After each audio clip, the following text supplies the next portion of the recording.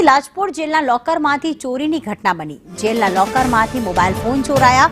માતા અને પરિવાર જેલમાં મુલાકાતે ગયા હતા। લાજપોર જેલમાં હાજર સિપાહીની ગંભીર ચૂક સામે આવી। જેલના લોકરની ચાવી પરિવાર પાસે હતી। ચોરાયેલા ફોનમાંથી ઓનલાઈન રૂપિયા ટ્રાન્સફર કરવામાં આવ્યા।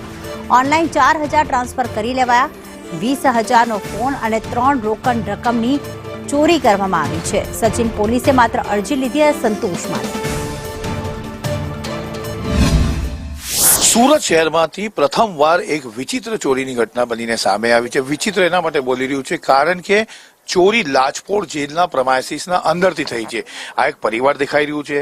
આ પરિવારના લોકો લાજપોર જેલ પોતાના પરિવારનો એક સભ્ય જે જેલમાં બંદીવાન છે, હત્યાના કેસમાં એ અત્યારે અંદર છે 1-1.5 વર્ષથી, તેને મુલાકાત માટે ગયા હતા। મુલાકાત પહેલા બહાર પોતાનું નામ લખાવવાનું હોય છે પ્રોટોકોલ પ્રમાણે અને ત્યારબાદ એ તમને લોકર આપે છે। લોકરના અંદર તમારા પાસે રહેલા સરસામાન તમારે ત્યાં મૂકવાનું હોય છે। લોકરની ચાવી એમને આપી દેવામાં આવી હતી। પરત આવ્યા તો લોકરમાંથી તમામ વસ્તુ ગાયબ હતી।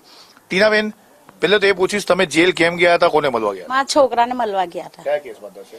જે મર્ડરના કેસમાં છે। પછી શું થયું ત્યાં? એ અમે ત્યાં મુલાકાતમાં નામ લખાવીને લોકરમાં તારું મારીને તે મૂક્યા। મોબાઈલ ત્રણ મોબાઈલ છે, પૈસા 3,000 રૂપિયા કેશ હતા અને બીજું Aadhaar card, PAN card, voting card એવું બધું જ છે છોકરીનું। ને મોબાઈલમાંથી ટ્રાન્સફર કરી લીધા 4,500 રૂપિયા। ને પોલીસ વાળા લોકોને કીધું કે આ કેવી રીતે, કે અમારી જવાબદારી નથી એમ કીધું। નહીં, કયા પોલીસ? જેલ વાળા કે બીજા પોલીસ? પેલા અંદર નામ એવું લખે ને એ લોકો। હા, એને શું કીધું? એમ કે અમારી જવાબદારી નહીં હોય શકે એમ કે। તો મેં કહ્યું તારું તમે આપે, તારું મારવા સારું તો પછી એક ચાવી અમારા પાસે, તો પછી બીજી ચાવી તો એ લોકો પાસે હોવી જ જોવે ને। फिर क्या हुआ? लॉकर में से मोबाइल गायब हो गया। बाद में पुलिस वाला को पूछे हमने कि भाई हमारा पास तो चाबी है, तो मोबाइल गया कहाँ हो? तो बोला, पुलिस वाला ने बोला कि मेरा जवाबदारी नहीं है उसमें।